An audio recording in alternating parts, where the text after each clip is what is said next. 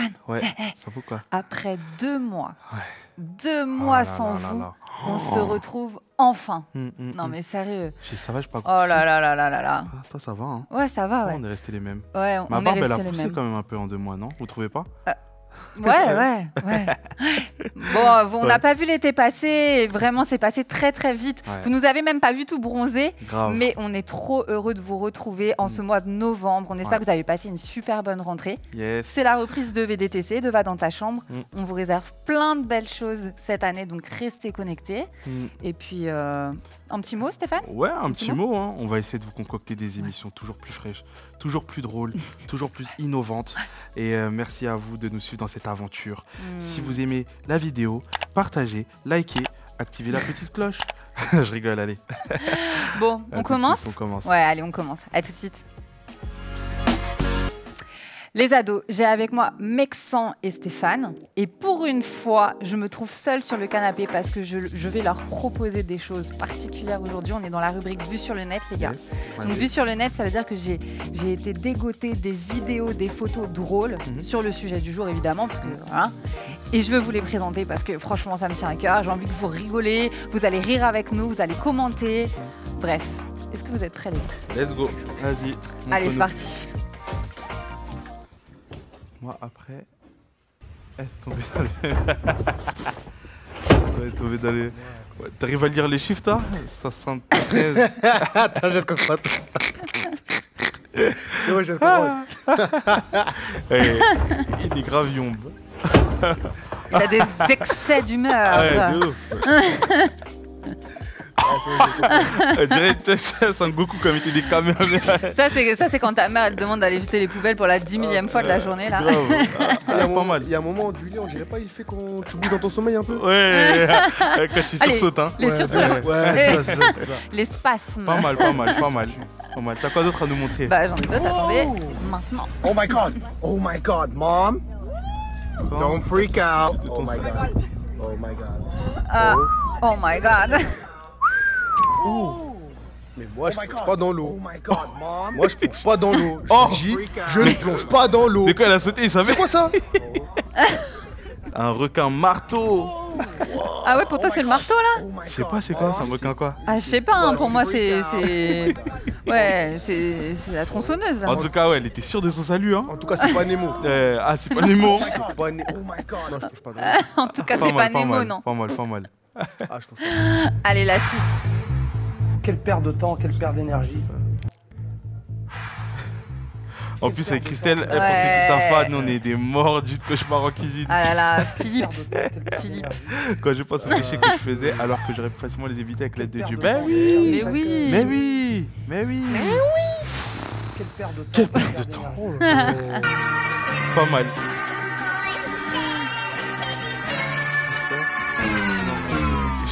Oh non. Attends.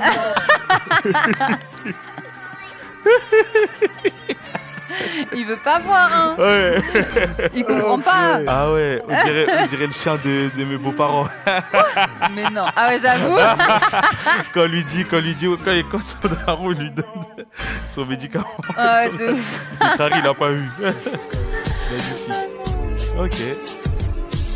Quand tu comprends que Dieu t'aide déjà, la force pour se libérer. Yes.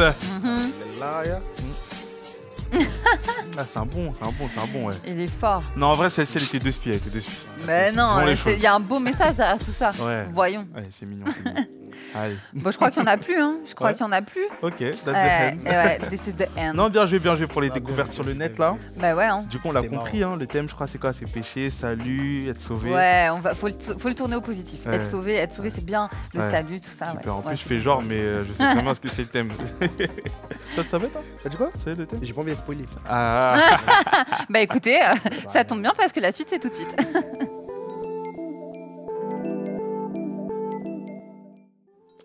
Hey, j'espère que tu vas bien. Aujourd'hui, j'ai un message pour toi. Il s'intitule « Sauver », mais sauver de quoi? Sauver de quoi, en fait? J'ai sur mon cœur ce message qui a pour thème le salut. Et j'aimerais te poser cette question. Est-ce que tu as déjà péché? Si tu réponds oui à cette question, bah, tu es un peu comme moi. Et si tu réponds non, sache que tu viens de mentir et donc tu viens de pécher. Écoute un peu, c'est la Bible qui nous le dit dans Romains 3 au verset 23, « Car tous ont péché et sont privés de la gloire de Dieu. » Étant bébé, tu étais jaloux du jouet de ton voisin. Aujourd'hui, peut-être, pécher, c'est mentir à tes parents lorsque tu reçois ton bulletin. Depuis tout petit, le péché nous poursuit, en fait. Ça va être des péchés qui vont être plus visibles ou d'autres plus à l'intérieur, comme le fait d'avoir des remords, de penser des choses mal de quelqu'un. Le péché nous poursuit partout. Pourquoi être sauvé? Sauvé de quoi? Le péché, c'est une chose, mais là où tout se complique, c'est que le péché mène à la mort. Là où tout se complique, c'est que le péché mène à la mort. Sache une chose, c'est que cette vie sur la terre, elle est très courte, en fait. Elle est très, très courte. Tu vois, là, il y a une ligne qui va s'afficher sur l'écran. Et cette ligne-là, elle trace un peu toute ta vie sur la terre, l'infime partie qu'elle représente, comparée à tout le reste qui, elle, représente la vie éternelle. Et pour cela, il faut que tu réalises une chose. C'est que tu ne peux pas être concentré que sur ce qu'il y a maintenant, sur cette vie qu'il y a maintenant, sans penser à cette vie qui est beaucoup plus longue, qui est la vie éternelle juste après. Je vais te raconter un peu moins mon histoire. Stéphane, allez, je dirais, adolescent comme toi, 14 ans, j'arrivais pas à dormir. J'avais du mal à trouver le sommeil. Pourquoi? Parce que, en fait, j'avais peur du noir. J'avais peur de cette pensée de l'éternité, comme nous dit la Bible, qui, en fait, ne cessait de me poursuivre. Je me disais, mais le jour où je vais mourir, il va faire noir. Et après, ça va être noir. Et après, il y aura du noir. Et est-ce que dans ce noir-là, je vais penser? Et est-ce que, en fait, j'aurai la possibilité de parler dans le noir? Ou est-ce que... Wow! Cette pensée-là, elle me poursuivait partout. Et peut-être que c'est aussi ton cas à toi aujourd'hui qui m'écoute. Cette pensée de l'éternité, aujourd'hui, te poursuit. Et tu te dis, mais comment faire pour m'en détacher? Comment faire pour ne plus avoir cette peur du après? Pour ne plus avoir cette peur de l'éternité? J'aimerais te dire une chose. Il y a Jésus en fait. Il y a Jésus qui est venu pour te sauver de cette pensée de l'éternité qui peut-être aujourd'hui te fait peur. Il y a Jésus qui est venu te délivrer du poids de tes fautes qui aujourd'hui est super lourd et qui t'empêche peut-être d'avancer. Tu sais, moi, comment je vois le péché, je le vois un peu comme un sac. Qu'à chaque fois que je fais une mauvaise action, à chaque fois que je fais quelque chose de mauvais, se remplit et se remplit et se remplit. Et dans l'Ancien Testament, on le voit, pour pouvoir expier nos péchés, pour pouvoir enlever à chaque fois le poids que je mets dans mon sac, il fallait tuer une bête. Il fallait tuer un animal neutre, innocent. Le problème, c'est que chaque fois que tu reprenais ton péché, à chaque fois que tu recommençais à faire des fautes, il fallait que tu prennes un animal nouveau et que tu le retues. Waouh, ça ne s'arrêtait jamais. Ça ne s'arrêtait jamais parce que le péché te poursuit depuis tout petit. Et crois-moi, si tu devais tuer un animal à chaque fois que tu avais péché, il n'y en aurait même plus sur la terre. Et c'est là où intervient Jésus. C'est là où Jésus intervient. Ça a été sa mission. La Bible nous dit en fait qu'il est venu, il nous a tant aimés, il est venu sur ce monde pour donner sa vie en fait. Pour donner sa vie en sacrifice. Et en fait, j'aimerais dire quelque chose. Alors que depuis tout petit tu pèches, alors que depuis tout petit tu accumules des dettes, alors que depuis tout petit tu accumules des fautes, qu'aucun animal ne serait suffisant pour te racheter et que cette dette est immense, il y a quelqu'un qui est venu payer le prix pour toi. J'ai lu cette phrase que je trouvais juste extraordinaire, juste folle. Avant, il fallait sacrifier un animal innocent pour l'expiation des péchés, mais aucun être vivant n'est infini et éternel si ce n'est Dieu. Il était le seul en capacité de mettre fin à ce châtiment infini et éternel. Waouh, c'est fort! En fait, l'emprise du péché est infinie et éternelle. On sera toujours tenté. Tant qu'on sera sur cette terre et qu'on aura des corps corruptibles, on sera tenté de pécher. Mais le sacrifice de Jésus qui est lui aussi éternel et infini te donne la possibilité, si tu crois, d'être libéré de l'emprise du péché. C'est Pierre devant le conseil des Sanhédrins qui dit cette chose. Il n'y a de salut en aucun autre, car il n'y a sous le ciel aucun autre nom qui ait été donné parmi les hommes par lequel nous devrions être sauvés. Alors comment être sauvés? Jésus. Et en fait, je veux commencer cette année, ces émissions, cette reprise, en te posant cette question. Est-ce qu'aujourd'hui tu réalises que le seul moyen d'être libéré du péché, c'est d'accepter Christ dans ta vie?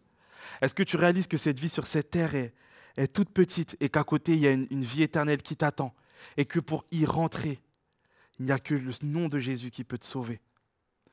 Si c'est le cas, tu as la possibilité juste de lui donner ta vie, de l'accepter, de dire « Ok, je capitule, je ne suis pas parfait, je suis rempli de dettes et je veux croire que l'amour de Christ, par son sacrifice, est venu me racheter mes fautes et être enfin libre du péché et pouvoir tout simplement entrer dans le salut divin et dans l'éternité. » Fais ce choix, je t'y encourage, sois béni.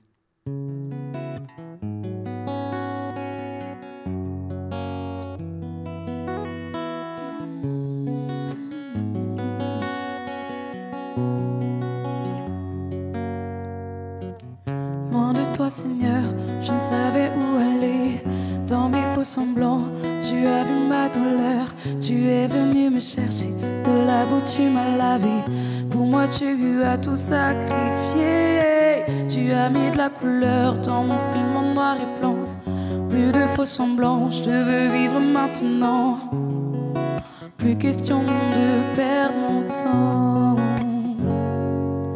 Alors je veux vivre avec toi mon éternité, demeurer pour toujours dans ta sainteté. À jamais, je veux suivre tes voies, te suivre pas à pas.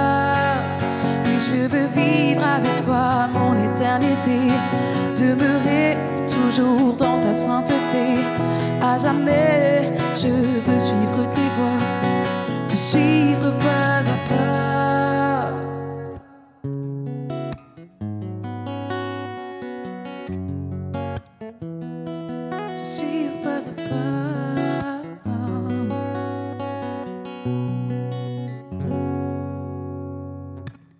Je te vois, même si toi tu ne peux pas le voir. Il te voit, pas besoin de le voir pour le croire. Il voit le noir dans l'ombre, noir dans noir dans le noir. Je te dis qu'il te voit, que te faut-il de plus pour le croire? Il se soucie de tes soucis, te fais pas de soucis. Il te connaît, je te le garantis, même si t'as qu'un sosie. Tu te poses des questions sur ta vie, tu ne sais pas quoi faire. T'essaies de te faire des amis, mais on te l'a fait à l'envers. Ton cœur est vide, tu ne penses qu'à l'enfer. Oui, tu es en vie, mais tu ne sais pas quoi en faire. Tout est une question de choix, et choisir qu'est-ce que t'en dis. L'enfer ou le paradis, la mort ou la vie. Alors veux-tu vivre avec lui ton éternité, demeurer pour toujours dans sa sainteté? À jamais, veux-tu suivre ses voies, le suivre pas à pas? Oui, veux-tu vivre avec lui ton éternité, demeurer pour toujours dans sa sainteté? À jamais, veux-tu suivre ses voies, le suivre pas à pas? Suivre pas à pas.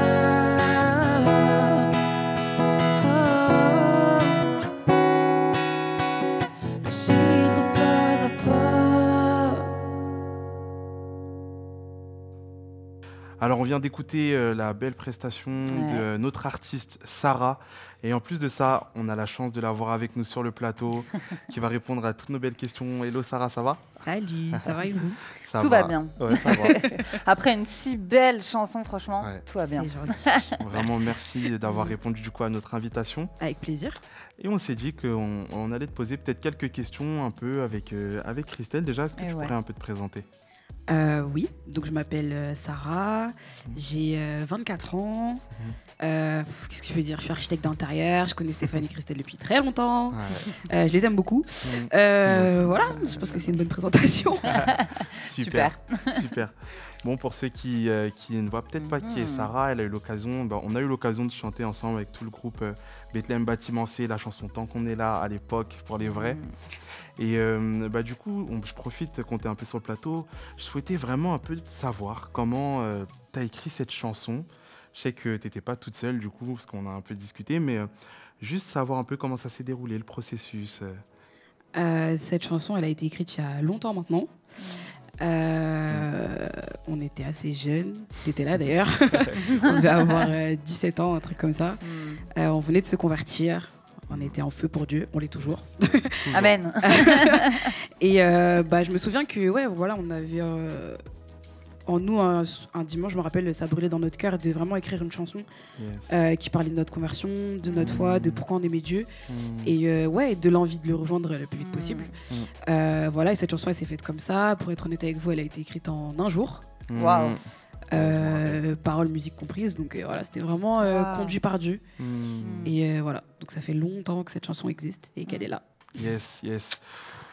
Ouais. Bah, je crois qu'elle fera toujours son effet, hein, parce vrai, que ça peut juste faire du baume au cœur n'importe quand, à n'importe quel âge, n'importe où, n'importe comment.